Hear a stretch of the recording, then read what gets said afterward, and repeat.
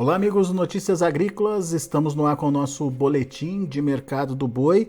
Dá para dizer que com boas notícias até que enfim, depois de bater ali no fundo do poço, negócios entre 280 até 275 reais por arroba acontecendo, o frigorífico forçando aí esses novos patamares de preços, o pecuarista diante dessa pressão saiu das compras, isso deu uma travadinha no mercado, mas agora um outro motivo começa a trazer um respiro aí para as negociações. E quem vai explicar para a gente é o Caio Junqueira, lá da Cross Investimentos. Está aqui o Caio com a gente. Seja bem-vindo, meu amigo. Obrigado mais uma vez por nos ajudar a entender e que motivo é esse que dá um alívio aí para essa pressão nos preços. Vem da China, vem das exportações, é isso, Caio? Seja bem-vindo. Quase boa tarde a todos os ouvintes, boa tarde, Alexander, sempre um prazer estar conversando aí com vocês. Alexander, a gente precisa entender um pouco aí qual foi o contexto, né? Qual foi o contexto que trouxe essa forte baixa aí que aconteceu no boi nesse último 30 e tantos dias. Primeiro a gente vem num 2022 de mais oferta. Quem acompanha aí o aplicativo AgroBrasil está vendo, a gente coloca sempre um comparativo de evolução das escalas, e a gente vem num contexto ao longo de 2022 sempre com mais escala, né? A IBGE vem mostrando um abate crescente a mais de boi também, que dá um pouco também de respaldo a essa programação que a AgroBrasil consegue seguir, né? Que o aplicativo consegue seguir de escalas. Então, a gente veio num contexto sempre de mais oferta. Então, sempre que a gente tinha um pouco de alta, encontrava um pouco mais de oferta. Isso aconteceu ao longo de 2022. A gente viu agora, nesses últimos 40 dias, finalização aí de setembro e ao longo de outubro inteiro, um achatamento, uma piora um pouco mais acentuada no preço do boi gordo. Então, a gente viu o boi sair lá dos 340, quase 350 reais no começo do ano, atingiu um pico de preço em março, e a gente chegou a ver aí agora, ao longo de outubro, tentativas de indústria tentando comprar boi China de até 270 reais com 30 dias. A gente chegou a ver negócios efetivos sendo registrados dentro do aplicativo de 275, 280, e a gente está aqui para comentar um pouco sobre o motivo da gente ter chegado a esse vale tão pressionado aí no mês de outubro. O real que a gente precisa entender que o grande culpado disso, se é que existe algum culpado além de ter sido a oferta, foi a China. A China realmente ela saiu do mercado de forma abrupta, não é a primeira vez. 2020 ela fez esse mesmo movimento, exatamente esse mesmo movimento. 2021, que foi o ano passado, ela fez esse movimento também, mas foi por conta daquela falsa vaca louca, e agora 2022 ela está fazendo um movimento muito parecido que ela fez com 2020. A China bate recorde entre agosto e setembro. Em 2 meses ela leva praticamente 300 mil toneladas de carne, foi um recorde absoluto para o Brasil. A China nota que ela comprou um volume muito grande e ela passa a tentar renegociar novos contratos ao longo de outubro, com preços muito aquém do que ela vinha fazendo. Só para a gente ter uma base de comparação, os contratos que estavam sendo embarcados ao longo de setembro e outubro eram contratos que encostavam muito próximos de 7 mil dólares a tonelada, alguma coisa de dianteiro, alguma coisa de 6.500, 6.700 e alguma coisa ultrapassando 7 mil dólares o dianteiro da tonelada. E ao longo de outubro ela tenta baixar esse preço para novos contratos de quase 7 mil dólares para 4.500 dólares. Então você vê que ela perde mesmo, ela tenta jogar o preço dessa tonelada na canela, e a indústria brasileira passa, opa, peraí, nesses preços nós não vamos exportar. Parou-se por um bom tempo de acontecer novos negócios, mas a China toma uma nova decisão, ela toma uma estratégia agressiva, que ela fez essa mesma estratégia também, a gente não pode esquecer, em 2020, ela para de mandar com tanta antecedência o calção daqueles contratos antigos, vamos colocar como exemplo $7.000 o dianteiro da tonelada.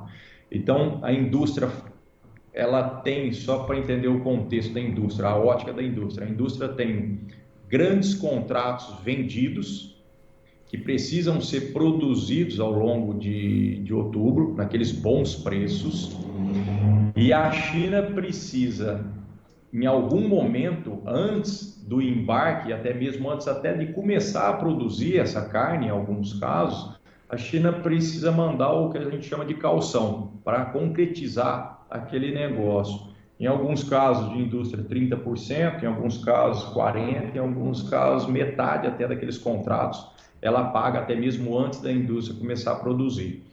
Esse contexto calção parou de ser também enviado pela China, também na intenção de pressionar a indústria numa nova tentativa de formulação de novos preços.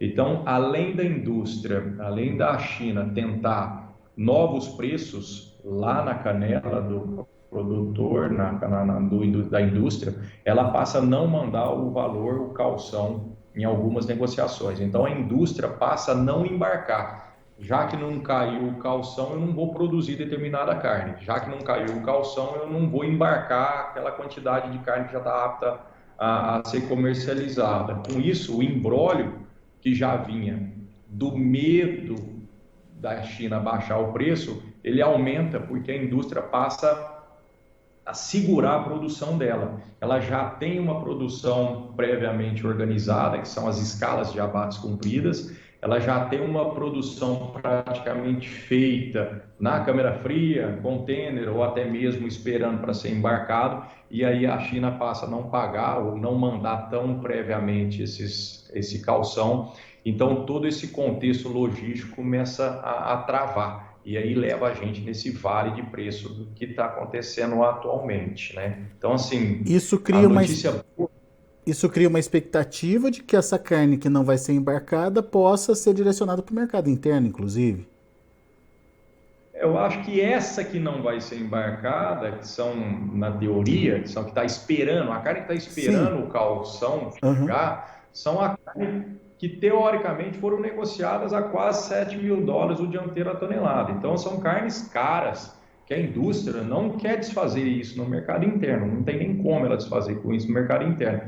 Mas a indústria passa a se organizar, porque como uma boa parte do estoque da indústria ainda está no curral do próprio pecuarista, está comprado, tem preço, mas não embarcou ainda, por uma programação cumprida, então esse estoque passa a ser um estoque que vai ser consumido de forma mais lenta, né? Perfeito, A perfeito. indústria tinha uma produção para sair X toneladas ao longo daquele mês, a partir do momento que X toneladas passa a não embarcar, ela passa a ficar com menos espaço dentro da câmara fria, ela precisa fazer dinheiro, então uma parte dessa produção que ela ainda vai fazer, ela passa a direcionar para o mercado interno. Então, uma indústria que olhava muito pouco o mercado interno, passa a olhar também. Isso acontece em todas as indústrias exportadoras. Então, Uhum. você tem um mercado interno muito mais ofertado, que é o processo que a gente está vendo agora, é o processo que a gente vê olhando para trás, tá? No retrovisor desses últimos 30 dias, é o motivo da gente estar nesse vale de cotações. O que está acontecendo agora para frente, Alexandre, que a gente viu acontecer bem pouco ao longo da semana passada, e aí no fim da semana, e aí ontem e hoje a gente passa a ver que isso torna-se uma realidade, é que a indústria chinesa, os importadores chineses conseguiram fechar contratos novos mais baratos, só que teve uma cláusula ou teve uma coisa que chama muito a atenção da gente, que muda a chave, que deixa a gente muito mais otimista. Foi o fato de a indústria brasileira aceitar, sim, contratos mais baratos, desde que os contratos caros, que estão esperando o calção, sejam quitados. A indústria chinesa vem, aceita isso, quita não só os patrais, os contratos caros, como também já quita boa parte também desse calção, desses novos contratos que estão sendo feitos. Então, você tem um mix que está acontecendo agora. A boa notícia é que provavelmente nós vamos ter uma logística normalizada para a China. Essa é a ótima notícia. A boa notícia é que parte dessa carne cara que a gente tem, que já foi negociada para trás, está sendo quitada com o calção, então isso aí vai dar início à saída. A parte ruim é que a China consegue colocar, entre aspas, uma nova precificação nessas carnes, nesses novos contratos. Então, uma coisa que a gente precisa levar em consideração também vai sair muito mais carne cara do que carne mais barata. A carne barata, a indústria está vendendo muito menor volume, porque ela está muito par e passo em termos de correspondência de preço com o mercado interno. Então, ela não está com aquela ânsia de vender um grande volume. Então, essa é a notícia boa. O que estava parado provavelmente vai sair, que é aquela parte cara. Então, a indústria seguindo de novo o caminho natural do que a gente vinha vendo ao longo do ano, a gente vinha notando ao longo do ano. Então, quer dizer, esses últimos 30 dias aí, que foi esse limbo aí que a gente viu de cotações, provavelmente está ficando para trás, porque agora a gente entra nessa área, nessa parte de que a indústria, a China está quitando, que está parado, e isso aí vai dar sequência na parte de exportação. Essa é a notícia boa. Daí, Caio, a gente tem isso refletindo no preço da carne, obviamente, né? Dando mais fôlego aí para os preços da carne, mas é possível que chegue na arroba do boi também? Com certeza, vai chegar, chega essa. É óbvio, Alexandre, que todo esse contexto ele demora um tempo para ser digerido, justamente porque você tem esse contexto logístico para sair. Agora nós temos também esse imbróglio que está acontecendo pós-eleição, né? Que assim, a gente tinha carregamento de boi para fazer hoje, não aconteceu. Tinha carregamento de carne de indústria para dentro da Grande São Paulo, que também não aconteceu. Então, quer dizer, nós temos uma notícia extremamente boa e promissora em termos de mercado externo, levando em consideração bons preços e ruins preços, mas eu acho que num contexto geral, para a China, mercado externo, isso é uma ótima notícia. A gente nota que a China começa a voltar um pouco mais ativamente dentro do Brasil, uma coisa que ela estava meio fora praticamente 30 dias. Só que a gente tem esse contexto também interno de logística, que é um imbróglio também, que a gente não sabe quando vai acabar. Se Deus quiser, acaba rápido, né, para que a vida volte ao normal, mas a gente não sabe quanto tempo isso vai levar. Então, essa é a parte ruim. A outra parte que a gente também precisa tomar um pouco de cuidado para não sair soltando rojão e falando a turma agora vai sair comprando, vai sair comprando, vai sair comprando e o boi vai explodir, é que a programação da indústria, do grande exportador, ainda é uma programação muito confortável em termos de escala, né? Mas, assim, o repasse para o mercado interno, o repasse provavelmente para a alta dentro do atacado e provavelmente para a indústria pequena vai vir mais rápido, porque o grande exportador tira um pouco o foco ali do mercado interno, passa a focar um pouco mais na China, né, no mercado externo, que é onde dá o grosso do dinheiro, alivia um pouco a oferta para dentro do mercado interno, provavelmente. Então, vamos ver as indústrias pequenas aí com um pouco mais de anseio em comprar o boi. Provavelmente a gente vê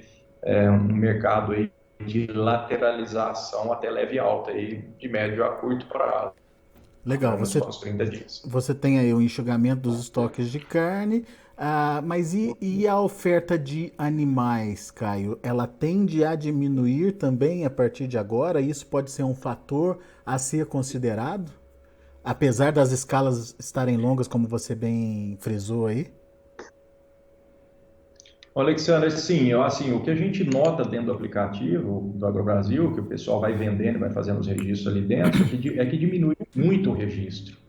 Então, o registro ali para dentro do aplicativo. Então, você já bate nesse contexto de que a indústria grande não estava comprando boi, na verdade. Ela não queria comprar o boi de 270, de 250 que for. Na verdade, a indústria grande ela vinha com uma programação extremamente extensa, com abate cheio, e algumas vezes até fazendo um abate em 2 turnos.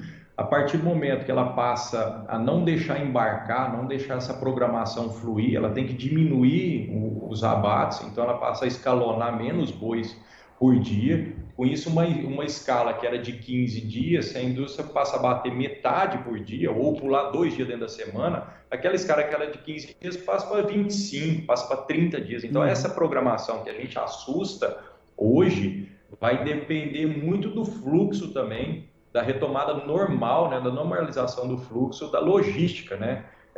Tanto para fora como interna no Brasil. Quanto isso voltar, se isso voltar de forma rápida e efetiva, essa escala que a gente via muito grande, a tendência dela é que ela encurte de uma hora para outra, né? Então, a necessidade da indústria, que hoje aparenta ser grande, ela pode ser que de uma semana para outra ela encurte agressivamente, porque a programação volta a ser normal e a indústria, a programação de um boi que ia sair, sei lá, dia 17 de novembro, o cara liga e fala, ó, nós estamos adiantando teu abate porque está tudo mais normalizado, então essa programação pode ser que achate do dia para a noite. E a demanda interna, Caio, na sua opinião, chega ou não chega, hein? Eu acho que chega, Alexandre, eu acho que chega, sim. A demanda interna, ela deve chegar, ela deve melhorar, ela melhora sempre nesse último bimestre, né? Por causa já de entrar 13º, não temos R$ 600 ainda do governo Bolsonaro que vai vir até dezembro. Então vai ter melhora, sim. Eu acho que vai ter melhora, tem Copa do Mundo, então eu estou enxergando uma melhora. Respondendo a pergunta do que você perguntou do estoque de confinamento, a janela da grande piora de oferta, eu acho que deve acontecer entre dezembro e janeiro, porque reflete justamente esse pessimismo que a gente está passando nesses últimos 50 dias. A tendência é que a oferta também ao longo de novembro já vá diminuindo se a gente for fazer uma comparação com outubro e setembro. Boa, Caio. Muito boa análise. Meu caro Caio, muito obrigado mais uma vez pela sua participação conosco aqui no Notícias Agrícolas, sempre trazendo novidades aí para as nossas discussões. Volte sempre, Caio. Eu que agradeço, uma boa tarde para todos aí. Ô, Caio, Bom feriado amanhã. eu tava esquecendo de perguntar do aplicativo, o Agro Brasil. Como é que tá funcionando lá, Caio? Dá para baixar ainda? Claro, um aplicativo disponível nas duas lojas, iOS e Android.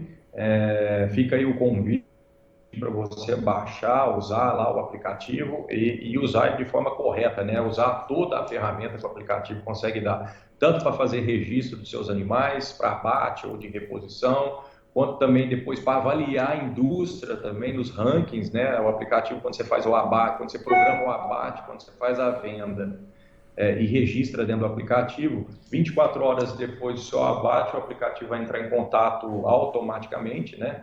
Para perguntar sobre o seu abate, sobre o sentimento que você teve ao abater aquele animal na determinada indústria, e você faz uma nota, né? Você acaba dando uma nota de 1 a 5 estrelas dentro daquele contexto do abate, e vai ajudar no ranking da indústria, subindo ou descendo ali a indústria naquele ranking, também é muito importante isso. E sempre de forma sigilosa, né? A indústria não fica sabendo quem são as pessoas que estão avaliando essa indústria. Então, mas é um contexto que ajuda muito ali, a gente sabe que o pecuarista, ele analisa bem antes de vender para aquela determinada indústria, ver se a indústria está bem ou mal ranqueada ali dentro daquele contexto do ranking. Então, assim, o aplicativo está disponível para todos e tem muita ferramenta ali para ajudar na tomada de decisão, né? Quanto mais informação o usuário ou o pecuarista insere ali dentro, em termos de reposição, de venda, melhor são os relatórios que o próprio aplicativo consegue soltar, relatórios pessoais, às vezes, que o aplicativo consegue soltar, né? Na parte ali de minhas negociações, ele faz um pequeno filtro e vê um histórico de todos os animais que ele vendeu ao longo do ano, em termos de gráfico, se está caindo, se está subindo, consegue analisar quais foram as melhores indústrias que ele vendeu ali ao longo do ano, se ele deixa o aplicativo sempre bem atualizado, né, com essas informações que ele precisa pôr ali dentro. Então, assim, é um mundo a ser explorado. Fica aqui o convite para todo mundo para baixar o aplicativo ali e conte conosco ali também para tirar qualquer tipo de dúvida. Legal. Lembrando que é Agro Brasil e o Brasil é com Z. Procura lá nas lojas virtuais, então. Obrigado, Caio. Isso aí. Abraço. Até a próxima. Obrigado a todos, uma boa tarde aí, bom feriado amanhã. Valeu. Tá aí, Caio Junqueira, Cross Investimentos aqui com a gente, trazendo essa boa notícia. Dá para dizer que é uma boa notícia porque é toda aquela carne que estava esperando aí para saber se ia ou não ia para a China, se negociava ou não negociava com a China, aparentemente agora vai ser escoada. Isso libera estoque dos frigoríficos, isso dá mais força para a precificação da carne e, consequentemente, pode chegar até a arroba do boi. Daqui a pouco a gente volta com outras informações e mais destaques. Antes de encerrar, deixa eu passar para vocês as cotações do mercado futuro. Estava esquecendo já, vamos ver. Olha aí, dezembro, R$ 288,75, reagindo, 0,86%. Janeiro, R$ 293, alta de 0,51%. Fevereiro e março, sem negociação por enquanto. Indicador CPEA ontem subiu até que bem, 2,31%, fechou a R$ 292 por arroba. A gente vai ficando por aqui, agradeço a sua atenção e a sua audiência. Continue com a gente. Se inscreva em nossas mídias sociais. No Facebook, Notícias Agrícolas. No Instagram, @Notícias Agrícolas. E em nosso Twitter, @Norteagri. E para não perder nenhum vídeo, não se esqueça de nos acompanhar no YouTube e na Twitch, Notícias Agrícolas Oficial.